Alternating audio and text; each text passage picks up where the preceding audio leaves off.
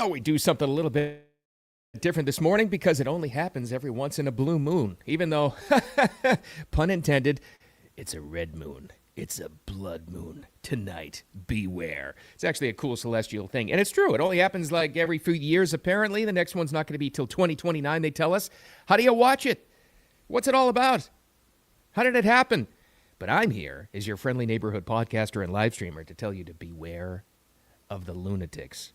The real ones. I know we throw that term out all the time, like lunatics. He's a lunatic. He's a loon. I use it way too. I overuse that term. There are actual lunatics out there that they're out. I mean, depending on what's on your algorithm, they are all over the place saying these are the end times. So I'm just telling you, be careful. That said, I've always been somebody that's been not too happy about full moons, which is exactly what this is, because it can only happen apparently with a full moon.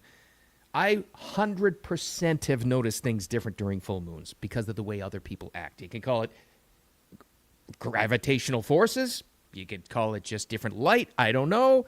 People are different during full moons, which adds to this entire thing. Anyway, told you it was going to be different. Thanks for hanging out with me. Wicked Radio live stream and replay on the pod on X and YouTube and Facebook and clips from the show, all on those platforms as well. The complete audio podcast of the episode of show posted and uploaded shortly after the live stream. Let's get into it. What are we talking about? Probably heard about it tonight. Tonight, which would be early Friday morning, unless you're watching this on a replay or listening to it later on. You missed it anyway, and it doesn't matter. Early into Friday morning, for a 3-hour period, you can see a blood moon, which is actually, they say, a full moon where the Earth sits between the sun and the moon and casts its shadow on it. It's actually a cool thing, and you don't need like the regular eclipse glasses to see this thing because it's no danger to your eyes, but it makes it look red, and then it's a ring around it and whatever. Okay, let's go to this, which I think is an AI description of exactly what this is. At least I hope this is AI because this is the most boring guy ever. But anyway, here's a better description than what I can give you about the blood moon and what it all means. Turn blood red. On August 27th and 28th, a lunar eclipse will cast the Earth's shadow across the moon. And if you're in the USA, Canada, or Latin America, you have a front row seat. Unlike a solar eclipse, no special glasses are needed. Good. The Americas won't see a lunar eclipse this striking again until 2029. Okay, cool. That's all right. You see, I think that's an AI voice. I'm not too sure. I hope it is anyway, because that guy's incredibly boring. But regardless. All right, so it happens tonight. You get to see it. It's cool. Everything else happens. It's cool. You get to see it. No glasses required. Nice. You're going to be flooded on your timeline on Instagram or even X or certainly Facebook, where people are going to take pictures tonight with their digital cameras, and it's going to be their new profile picture or background picture. Cool. It's a cool thing, right? It's out there. I'm just here to tell you, depending on what's on your algorithm, the lunatics, I mean the real ones, are out there. Beware the lunatics. This is a little sample of what you're going to see. You've already seen, just because I think I was searching on this stuff and I wanted to get some details about exactly what the full moon is all about, what the blood moon's all about, what the lunar eclipse is, to get a good description of it. All of a sudden, I was flooded with all kinds of videos like this guy. Now, I'm not disparaging his beliefs or anybody else's beliefs. I would never do that. I'm just telling you, there are a lot of people that believe this, okay? And here's the thing about people that make these predictions and the apocalyptic things and the Nostradamus Juniors. They never come back the next day and say they were wrong. Small sample. Just happened to see this guy came across my timeline, and that's the only reason why I bring it up. Jesus is coming back really soon. Did you guys hear about this? So the moon is literally going to turn blood red tonight. And Okay, that's enough of that. Again, I'm not disparaging his or anybody else's beliefs, and it would be great. I'd love to meet Jesus. That'd be fantastic, but whatever. But there's also a lot of people that say this is Judgment Day. This actually is out there. These are the real lunatics that love to scare the daylights out of people. And I'm here to tell you, don't be scared about this kind of stuff. What are we talking about? Events like this and these, when they only come around every couple of years, bring out the prophecy people. Not the real prophets, but the people that look back in Bible verses. And believe me, they search long and hard to try to find exactly what they're talking about, to try to fit it into their narrative. You're going to see a lot of this kind of stuff. They reference biblical verses, some in Revelation, some in everything else about things that are actually happening and what this actually means. These are the ones I'm telling you to be careful of. That's all I'm saying. Considering the convergence of world events and planetary changes, it sort of evokes Joel 2:31. The reference verse reads, "The sun shall be turned into darkness and the moon into blood before the great and terrible day of the Lord come." Joel 2:31 symbolizes cosmic disturbances and divine judgment, and is often interpreted as signaling a time of impending danger. Okay, well, that's scary enough. I really wish that didn't come across my timeline, but you know what I'm saying, and that's not the only one. There's a lot of this stuff. First thing to remember is this, exactly what I just said. The people who make these predictions, like this is it, this is it, because we have a blood moon tonight, a lunar eclipse, it's it. It's over. It's all over.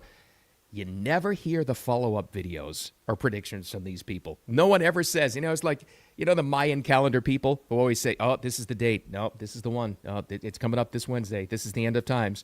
Nobody ever comes back the next day on a random Thursday and says, oops, we were wrong. Got that one wrong. Sorry about that. Nobody ever does. Never.